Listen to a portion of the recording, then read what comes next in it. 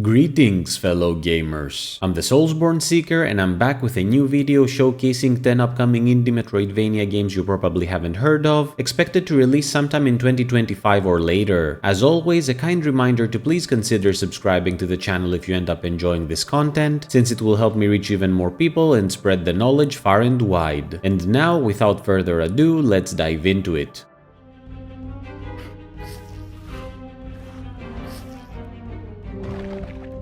Astra Fading Stars is a Metroidvania game with a focus on combat, platforming, and puzzle solving. Here you will get to explore a beautifully hand-drawn, magical world in which the stars have begun to fade due to a mysterious cosmic corruption that threatens to drown everything in darkness. As the protagonist, you embark on a journey to discover the source of this malediction in an effort to take the fate of the stars in your own hands. In doing so, you will traverse richly detailed biomes filled with secrets for you to discover and new abilities to gain, as well as powerful adversaries you will need to overcome as you try to piece together the rich lore of the game's cosmos. To that end, you'll have to make use of a special ability called Astra Call, which you will bring forth in order to interact with your environment in different ways. An interesting aspect of this title is the fact that it features elements of world randomization, making each playthrough a unique experience. In addition, while the game itself is not out yet, people interested in it can take a first dive into its lore and world by reading its companion book, a novel called Song of Elusica, the Ancient Gemstone, which came out back in 2023. This is a title I hold very close to my heart since it was part of the initial 15 games I featured on my channel about 2.5 years ago, and I decided to give it an encore since the developer recently released a new trailer with more gameplay and also made the demo available for anyone wishing to try it out, so have at it. Astra Fading Stars has no release date as of yet, but has been confirmed for PC.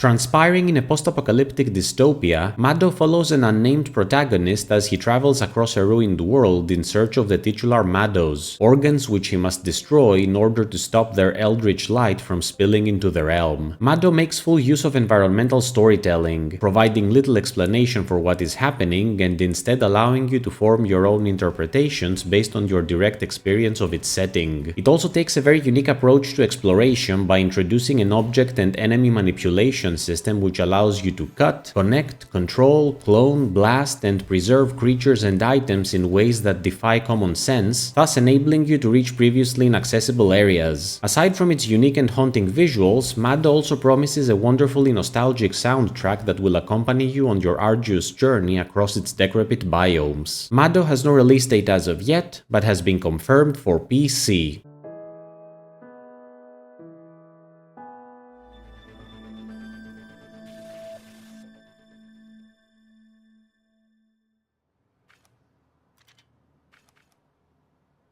Kotama&Academy Citadel thrusts you into the role of Kotama, a mysterious exchange student that recently joined the Carmel Academy, an institution celebrated as the pinnacle of cutting-edge technology. Needless to say, Carmel is not your everyday school, with danger lurking around every corner and the survival of the fittest mentality reigning supreme as every student has their eye on the coveted Carmel Star Prize, a prestigious title that is up for the taking every 100 years, with the next election for its claiming being just around the corner and everyone, including yourself, eager to win the crown. The game places immense emphasis on combat, with Kotama having a vast arsenal of weapons and skills at her disposal in order to take down enemies in style, including a detonation ability which allows her to evade and attack her foes as points build up, before stunning them and unleashing a flurry of attacks while they're open. Battle is complemented by a trinket system that has you mixing and matching accessories called memo cards, which offer a variety of bonus effects. That being said, platforming also has its place here, with the Academy featuring certain hazard-infested areas that will test your reflexes to their limits. Of special note is the game's companion system, that will have you helping the various inhabitants of the Academy in exchange for their loyalty, which will go a long way in support of your claim to the Carmel Star title. Kotama&Academy Citadel is expected to come out sometime in the last quarter of 2025 and has been confirmed for PC.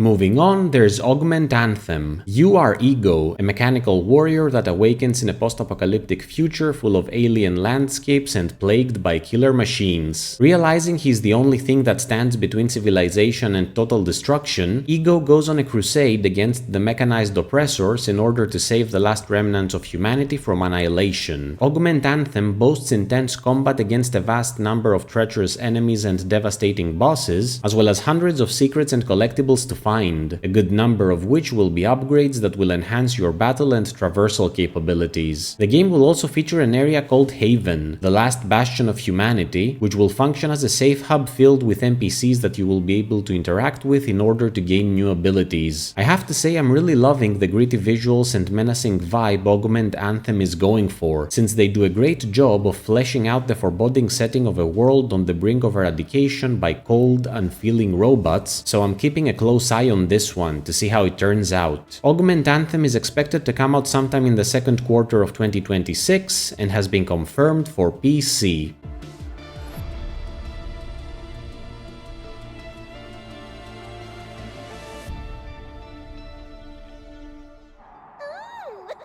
Are you lost, darling half-blood? She's not lost. She's exactly where she needs to be.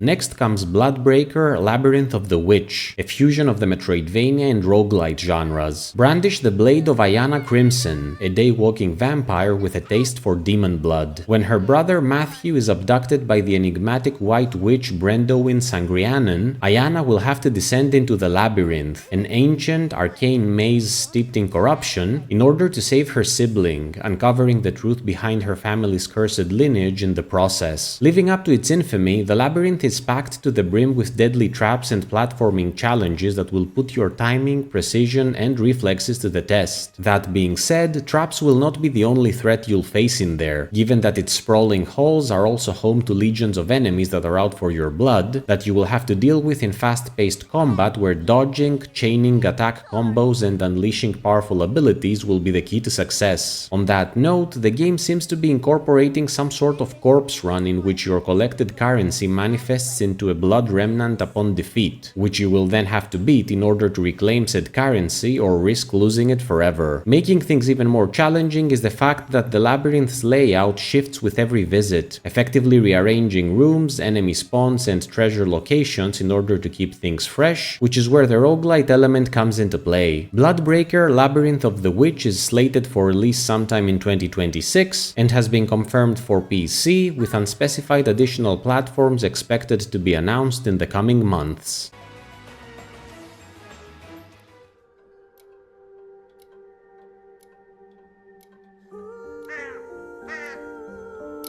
Chronoscript, The Endless End features one of the most novel settings I have seen in the genre so far. The game puts you in the shoes of a book editor who receives a mysterious assignment by an enigmatic client that lives in an old manor deep in the mountains. Upon reaching your destination, you lose your senses and eventually awaken to find yourself trapped inside the pages of a massive manuscript containing a story that's been in the writing process for more than 1,000 years. With no apparent means of escape, you venture forth through the book's narrative in order to solve the mystery hidden at its center, as well as uncover the identity of the mansion's master, who's also the author of your ordeal. A standout feature of Chronoscript is its mix of 2D and 3D perspectives, with the manor's environment being rendered in 3 dimensions, whereas the book's world visualized in the classic 2-dimensional style the genre is known for, though exactly how these two artistic approaches will mingle is not entirely clear thus far. Needless to say, you can expect a variety of unique abilities related to exploration and combat, as well as some incredibly intense platforming gauntlets and boss clashes, all of them presented in a wonderfully unsettling art style reminiscent of old fairy tale artwork. Chronoscript, The Endless End is expected to come out sometime in 2026 and has been confirmed for PC and PS5.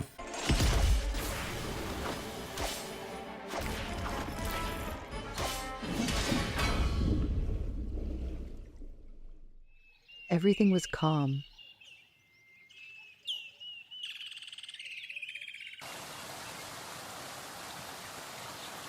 But suddenly, something changed. Going onward, there's a forest tale Porasy, a Metroidvania inspired by Tupi-Guarani mythology. Wield the spear of the titular Porasy, an indigenous warrior who must navigate a sprawling, dangerous forest alongside Lelo, her trusty avian companion with a mysterious past, on her quest to vanquish the 7 legendary beasts that prowl it. The game directs equal focus to both combat and platforming, featuring a variety of different enemies to beat, including some really tough bosses, as well as numerous hazards to overcome. Fighting and exploration are complemented by an accessory system that has you choosing among an array of talismans boasting a wealth of advantages, including double jumping as well as performing some intricate attacks. A forest tale, Porasy, is expected to come out sometime in the third quarter of 2026 and has been confirmed for PC. Embark on this journey now.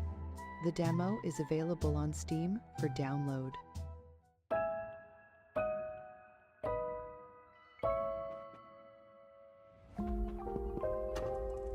Third from the end, we have Monomoon. Walk in the footsteps of an adorable little creature who goes on to explore a small, mysterious world with the help of the moon. Monomoon forgoes combat in favor of environmental puzzle solving, platforming, and exploration, while also adding a bit of point-and-click controls into the mix in relation to how the moon is controlled. Traveling across its deceptively tiny setting is done in completely non-linear fashion, with you uncovering the immense wealth of secrets hiding throughout the map in the order of your choosing. There's no hand-holding here, with environmental observation and outside-the-box thinking being all you need in order to brave the game's conundrums and solve its mysteries. Monomoon has no release date as of yet, but has been confirmed for PC.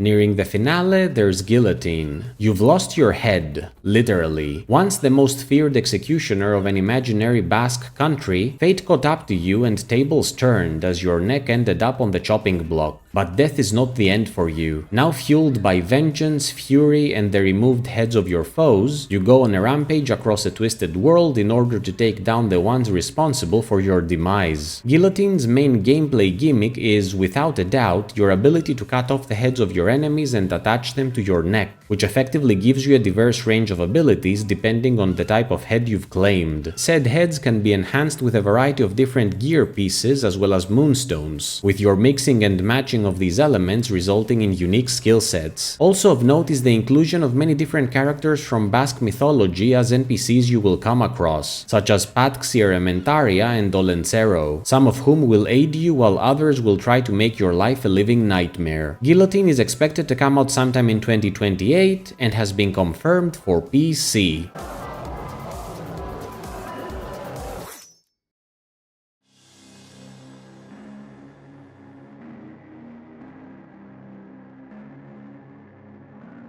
Before we get to the final game, I want to make an honorable mention to Lady Dracula, a Classicvania-inspired game that also functions as a sequel to Bram Stoker's world-renowned classic horror novel Dracula. Following Dracula's demise in 1897, his widow, Lady Dracula, goes mad with grief and unleashes legions of demons to wipe out mankind from the face of the earth. You take on the role of Lady Dracula's vampire daughter, called Lady Dracula II, as you embark on a mission to save the world from her mother's wrath. As mentioned previously, Lady Dracula is not a Metroidvania but a Classicvania, featuring over 30 stages to overcome and more than 10 bosses to deal with while utilizing your transformation powers. More specifically, our vampiric protagonist is able to take on various different forms which yield specific powers, such as a wraith that can float through hazards and a spider capable of crawling across walls, giving way to a wealth of interesting platforming challenges. There are also 5 different difficulty modes to choose from, effectively appealing to both casual and hardcore gamers, as well as everyone between. Finally, the SNES influence on the game's visual presentation is the cherry on top of this retro cake, which aims to offer copious nostalgia to older gamers, as well as bring newer generations into the fold via its numerous accessibility features, such as customization options for character air control and knockback effects. Lady Dracula is expected to come out sometime during the first quarter of 2026, and has been confirmed for PC.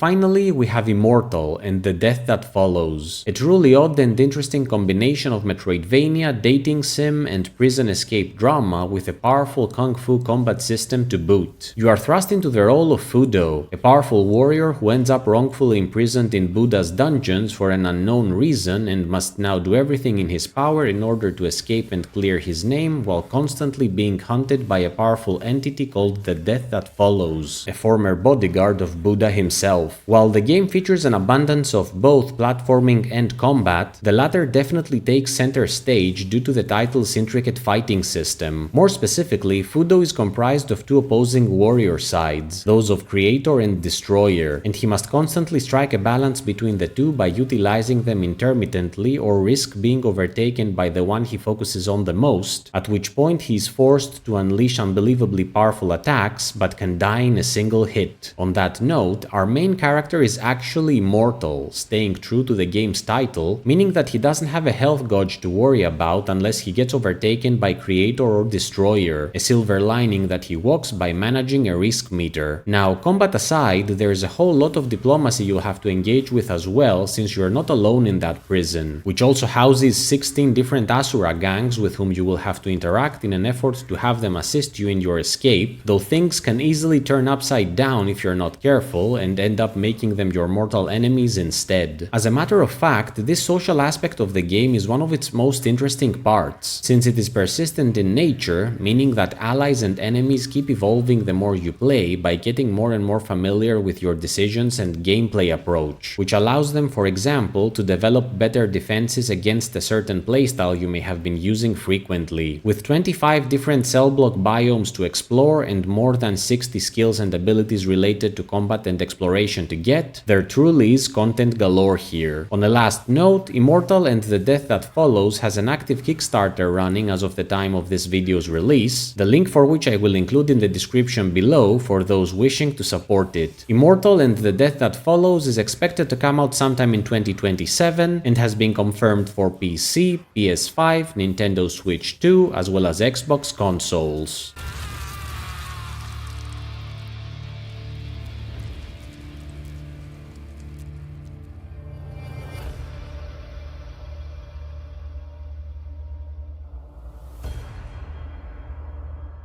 What did you think of these games? Did you already know about them? Are you planning to try any of them out? Let me know in the comments below, and please subscribe if you enjoyed the video. As always, thank you so much for watching, and if you wish to find more new games, I have a ton more videos in this series on my channel, so go watch those as well. On the last note, a kind reminder that if you enjoy my content and wish to support the channel, you can do so by donating to my Patreon or my Ko-fi page, the links for which you can find in the video description. Until next time, Soulsborne Seeker out.